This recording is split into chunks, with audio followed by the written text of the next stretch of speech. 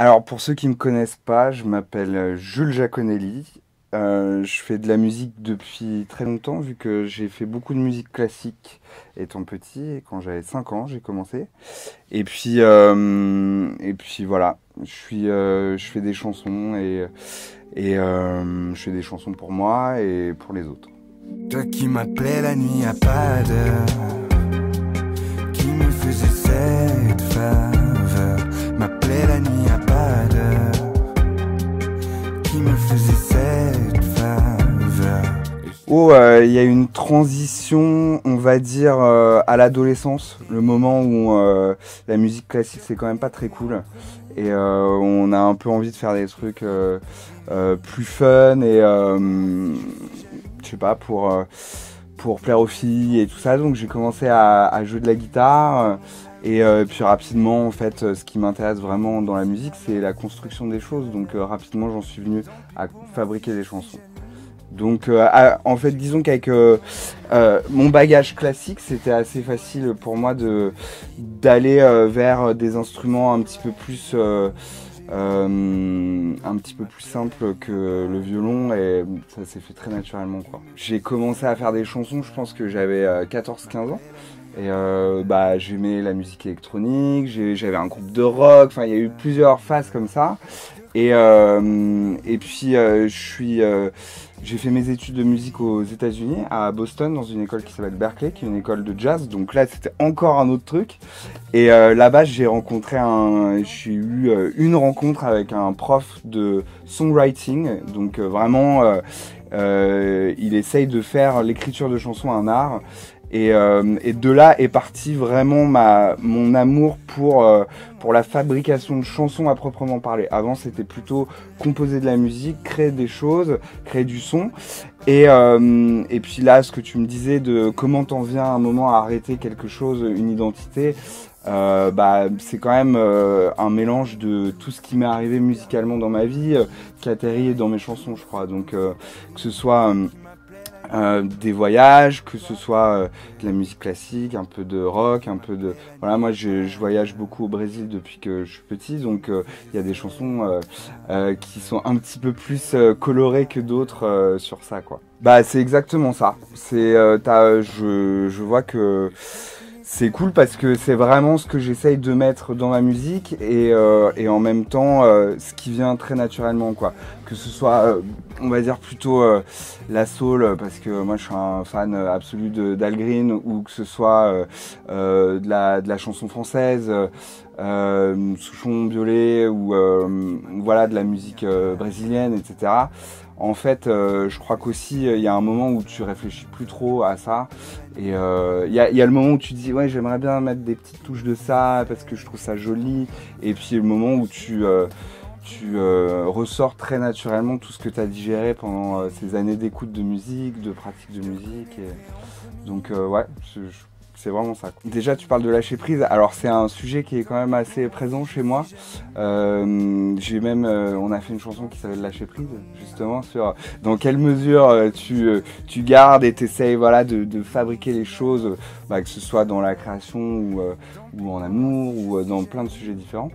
Et donc c'est quelque chose que j'ai vraiment en tête quand je fais de la musique et à quel moment la chanson est finie, à quel moment tu dois la laisser, c'était un peu ce que tu me disais et c'est ça qui est très compliqué quand tu es perfectionniste. C'est ce moment où tu te dis ok là il y a plein de défauts parce que tu vois beaucoup de défauts et en même temps il y a une authenticité dans ce que tu as fait que tu dois laisser telle quelle et tu dois laisser filer ta chanson, quoi. C'est une bonne question. Parce qu'il y a eu toute une phase où j'ai composé cet album, où j'étais un petit peu libre et c'était vraiment pas de deadline, personne derrière toi pour te dire attention, tu dois absolument rendre tout ça pour la fin du mois de juin. Et là, les choses commencent un petit peu à s'accélérer, donc les quelques morceaux que j'ai pas finis, je suis en train de me mettre un peu la pression pour les finir. Mais en général, disons que étant conscient de cette faculté que je peux avoir à aller retoucher plein de choses, et tout ça, j'essaye J'essaye de me fixer un cadre, une chanson, je fais une journée pour avoir les grandes lignes de toute la chanson, la composition, le texte, les arrangements, etc. Et puis après, c'est quelques petites séances de travail par-ci par-là pour finaliser tout ça, quoi. Donc au final, oui, il y a un cadre quand même. C'est pas des albums, j'ai entendu des artistes qui mettaient 7 ans avant de sortir leur album, qui faisaient 8000 versions. Moi, c'est pas mon cas. En général, tous les morceaux que tu as entendus et que tu entendras, c'est vraiment des morceaux où il n'y avait qu'une version et qu'une possibilité. Il y a eu plein de chansons qui ont été faites dans un premier jet. Voilà, et puis après, une fois que j'avais un petit peu toute mon idée, tu vois, entre des chansons plus chansons françaises, plus, enfin, toutes ces petites influences que je mettais à chaque fois dans les chansons, même sans m'en rendre compte. Après, je repassais un petit tour de polissage pour homogénéiser.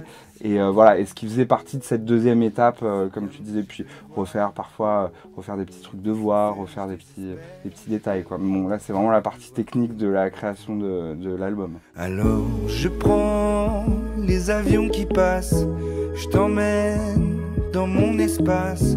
Soudain la vie est fluide, comme du velours liquide. Dans cet album, il y a beaucoup de chansons où l'amour est un petit peu un cadre, mais qui ne parle pas que d'amour, parce que, disons que Velours liquide, sans rentrer dans l'analyse du texte, etc., mais il y a un peu le sentiment de repenti. Voilà, les regrets, les remords, enfin, il y a un petit peu d'autres choses qui rentrent en compte aussi dans la thématique de... outre la thématique de l'amour et de l'idylle idéale, mais c'est vrai que Ton oreille, il y a aussi, voilà, il y a le rêve, il y a d'autres choses autour, la chanson sur le lâcher prise que tu entendras, c'est pareil, c'est, disons que c'est vraiment comment aussi par l'amour, par le cadre de l'amour, réussir à raconter d'autres choses et parler de la vie, quoi. Exactement, disons que c'est vraiment, c'est aussi apprendre de ses erreurs, c'est une manière de valider des expériences, et ça correspond à ma vie pendant qu'on a fait ces chansons, exactement. Ouais. Donc, quelles seront les prochaines chansons, de quoi ça va parler, on le verra bien. En fonction de ce qui va m'arriver tout à l'heure en sortant d'ici, et c'est un peu ça aussi. Hein. J'essaye de faire surtout des chansons que... Alors c'est un peu... j'ai pas envie que ça sonne prétentieux de dire atemporel. En tout cas, quand j'essaye de faire des chansons, je me dis... est-ce que j'en serais fier encore dans 5 ans? Est-ce que c'est une chanson que je pourrais chanter dans 10 ans? Donc... c'est aussi des chansons, certes, qui représentent un instant très précis de ma vie, parce que c'est souvent, parfois, basé sur des expériences vécues, mais en même temps, il y a comme une vérité générale dans ce que j'essaie d'exprimer. Donc, Velours liquide, ça a été une des premières chansons que j'ai composées sur cet album, et il y a quand même quelques mois. En plus avec le confinement et tout ça, du temps à passer. Et malgré tout, je suis quand même assez raccord avec ce que je dis encore aujourd'hui. Il y a un album qui se prépare, qui devrait sortir au printemps, qui va faire une dizaine de chansons. Toutes j'espère, sincères comme ces premières chansons que tu as pu écouter, avec les influences que j'ai mis dedans, j'ai digéré tout ce que j'aimais et que j'ai mis dans cet album, dans cette musique. Voilà. Alors là, je vais faire des premières parties à partir du mois de décembre. J'ai la chance d'être accueilli par Benjamin Biolay pour faire une date à Toulouse, à Marseille, à Dijon et à Rouen. Voilà. Donc ça va être quand même un bon roller coaster d'émotions. Voilà, c'est mes premières grosses dates, donc j'ai hâte d'y être.